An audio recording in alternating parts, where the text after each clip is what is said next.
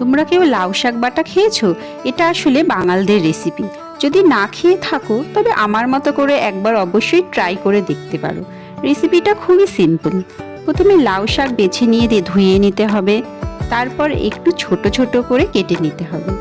দেন কড়াইয়ে সর্ষের তেল দিয়ে তার মধ্যে 1 চামচ কালো জিরে ফোড়ন দিতে হবে।